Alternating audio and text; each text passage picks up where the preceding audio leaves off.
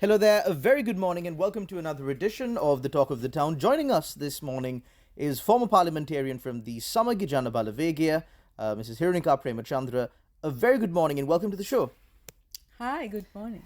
So, for starters, there has been a huge uptick in women's involvement in politics. There have been certain programs that were initiated, like mandatory quotas for women at the local government council bodies. Yes. And now we can see a renewed effort from women to try and bring this country out of this economic, political, socio-economic rut that we are in at this point. The best example being several political parties had conferences recently, and there was massive turnout of women. There was separate conferences for women alone. What do you have to really say about women's involvement in Sri Lankan politics in recent times? Are you satisfied with it? Well, you know what? Whatever the political party they represent, it's so refreshing to see. I'm very thrilled. Some people say that because it's another party, Rival political party. Do you think it's a threat?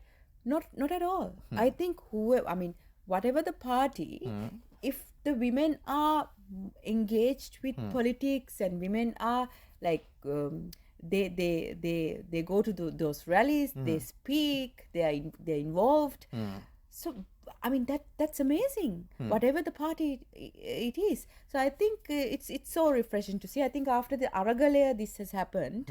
Even in Aragalaya, we used to see all these union leaders and all of Quite them. a lot of women.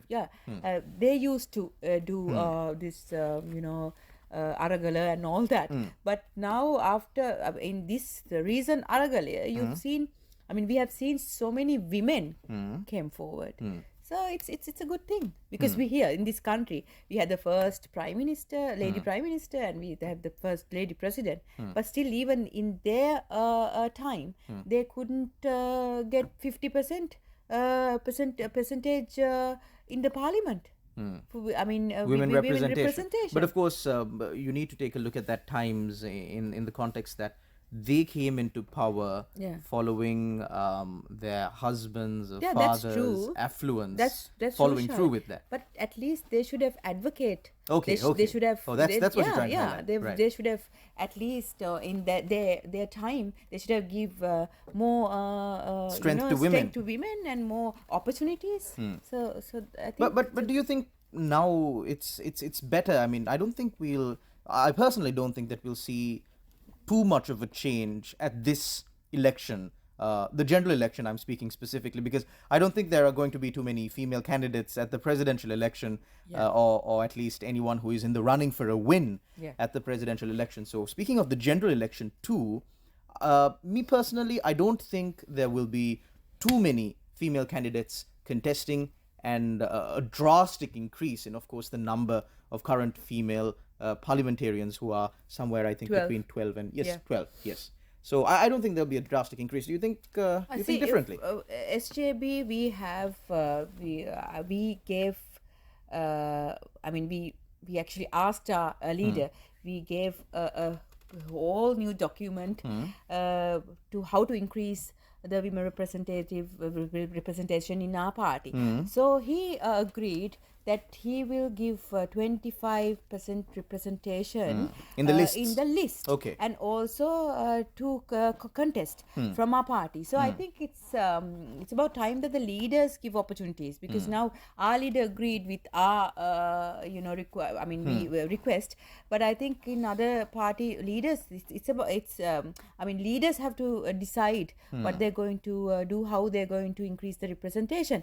So I think even in parliament there's only 12, so at least I really hope next parliament at least we'll get at least 20. At least 20. So the target increases close to about 75%. We'll start from this at least.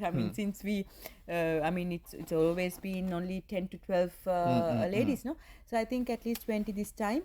so we can increase in it regularly. Eventually we can increase that. And also the voters, women voters should at least this time, because I've always seen that women voters, they always vote for another man. I mean, you have 3 votes, whatever the party you represent. So if you have a woman candidate, at least give 1 vote. At least a woman give another woman 1 vote. That is a huge change, no? 52% of the population. Exactly. So I think they can do a huge difference. So this time at least try to vote for a woman.